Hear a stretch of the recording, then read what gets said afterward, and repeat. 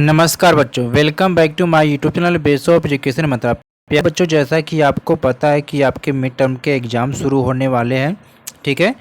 और social science के exam को लेकर बहुत सारे बच्चों ने क्वेश्चन किया था कि सर किस टाइप से क्वेश्चन एग्ज़ाम में आने वाले हैं।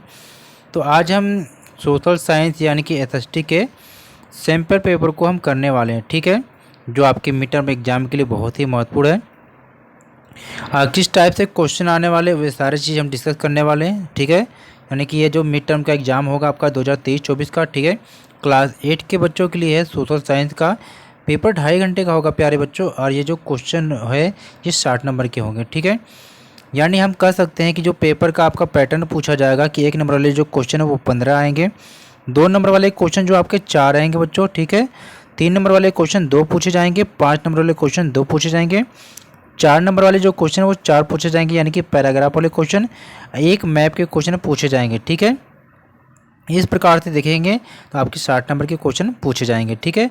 तो चलिए हम एक एक नंबर वाले क्वेश्चन को पहले करते हैं, ठीक है बच्चों। और वीडियो को लाइक शेयर जरूर करना, और चैनल पर पहली बार विजिट कर रहे हैं तो चैनल को सब्सक्राइब कर लेना सबसे पहले सैम्पल पेपर को देखने के लिए, ठीक है। कभी कभी हो सकता है कि सेम ऐसे ही क्वेश्चन आपके एग्जाम में देखने को मिल जाए। तो यहाँ पर जो 1 नंबर वाले जो क्वेश्चन है पहले का पहला यहाँ पर दिया गया है कि अंग्रेज़ों के द्वारा अवध का विलय कब किया गया था, यानी कि अंग्रेज़ों के द्वारा अवध को अपने राज्य में कब मिला लिया गया था। तो यहाँ पर ऑप्शन दे रखा है ए 1810, बी है 1825, सी है 1840, डी है 1856। तो इसका राइट आंसर हो जाएगा ऑप्शन डी 1856, ठीक है। चलिए सेकेंड क्वेश्चन को देखते हैं। 1897 में भारत का गवर्नर जनरल कौन था। Option A Lord Canning, B Lord William Bentinck, C Lord Minto, D Lord Irwin. तो इस क्वेश्चन का जो राइट आंसर यहाँ पर हो जाएगा ऑप्शन ए लॉर्ड कैनिंग, ठीक है। चलिए थर्ड क्वेश्चन को चलते हैं। 1857 में झांसी में विद्रोह का नेतृत्व किसने किया था। तो आप सभी को पता है कि 1857 में झांसी में विद्रोह का नेतृत्व किसने किया था। नाना साहब, वीर कुंवर सिंह, रानी लक्ष्मीबाई, ब्रजेश कद्र। तो इस क्वेश्चन का राइट आंसर ऑप्शन सी हो जाएगा रानी लक्ष्मीबाई, ठीक है। क्वेश्चन नंबर 4 दे रखा कि कटीली झाड़ियाँ एवं गुल्म मुख्यतः कहाँ उगते हैं। ऑप्शन ए है कम वर्षा वाले शुष्क प्रदेश में, भारी वर्षा वाले क्षेत्र, सामान्य वर्षा वाले क्षेत्र, या इनमें से कोई नहीं। तो क्वेश्चन नंबर जो 4 का राइट आंसर ऑप्शन ए हो जाएगा कम वर्षा वाले शुष्क प्रदेश में, ठीक है। पांचवा क्वेश्चन दे रखा है कि निम्नलिखित में से किसे एक पर्यावरण का शोधक समझा जाता है। गिद्ध, हाथी, बाघ या हिरन। तो क्वेश्चन नंबर 5 का राइट आंसर यहाँ पर हो जाएगा गिद्ध, ठीक है। चलिए क्वेश्चन 6 यहाँ पर है पहले कहा कि भारतीय संविधान के पिता किसे कहा जाता है, यानी कि भारतीय संविधान के जनक किसको कहा जाता है। महात्मा गांधी को, BR अम्बेडकर को, जवाहरलाल नेहरू को, या डॉक्टर राजेंद्र प्रसाद को। तो यहाँ पर ऑप्शन बी करेक्ट हो जाएगा, डॉक्टर भीमराव अम्बेडकर को भारतीय संविधान का पिता या जनक कहा जाता है, ठीक है। अगला क्वेश्चन यहाँ पर कि भारतीय संसद के कौन कौन से भाग है, यानी कि भारतीय संसद के कौन कौन से अंग है। लोकसभा है, राज्यसभा है, राष्ट्रपति है, उपयुक्त सभी। तो प्यारे बच्चों आप सभी जानते हैं कि भारतीय संसद के जो अंग है लोकसभा, राज्यसभा, राष्ट्रपति तीनों है। तो ऑप्शन डी करेक्ट हो जाएगा, ठीक है। क्वेश्चन नंबर 8 है कि सुनहरा रेशा से क्या अभिप्राय, यानी सुनहरा रेशा किसे कहते हैं। चाय को, कपास को, पटसन जूट को, या सब्जी को।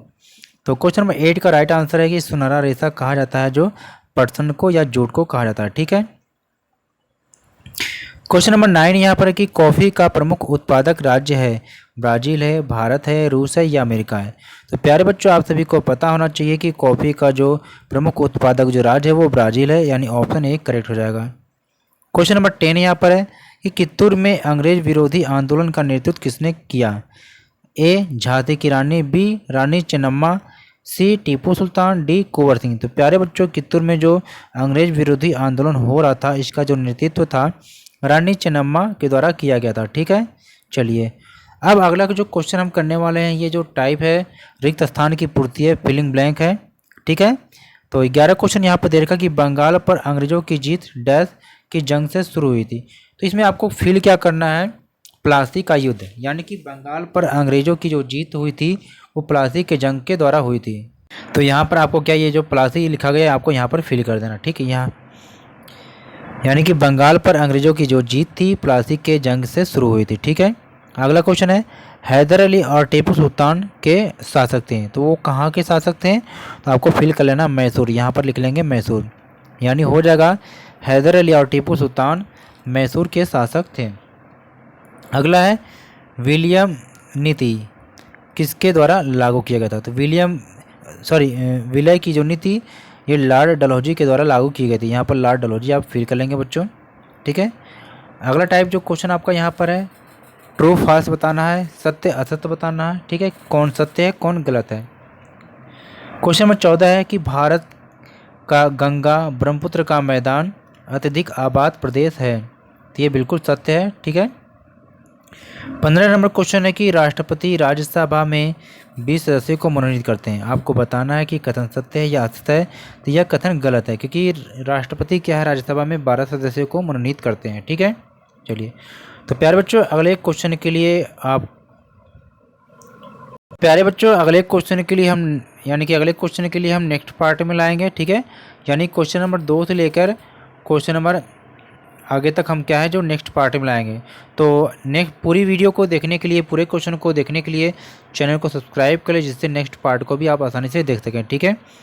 वीडियो को लाइक शेयर जरूर करना और पूरे सैम्पल पेपर को देखने के लिए चैनल को सब्सक्राइब जरूर कर लेना, ठीक है। चलिए फिर मिलता है बच्चों इस वीडियो को एक नई फिर मिलते हैं नेक्स्ट पार्ट में।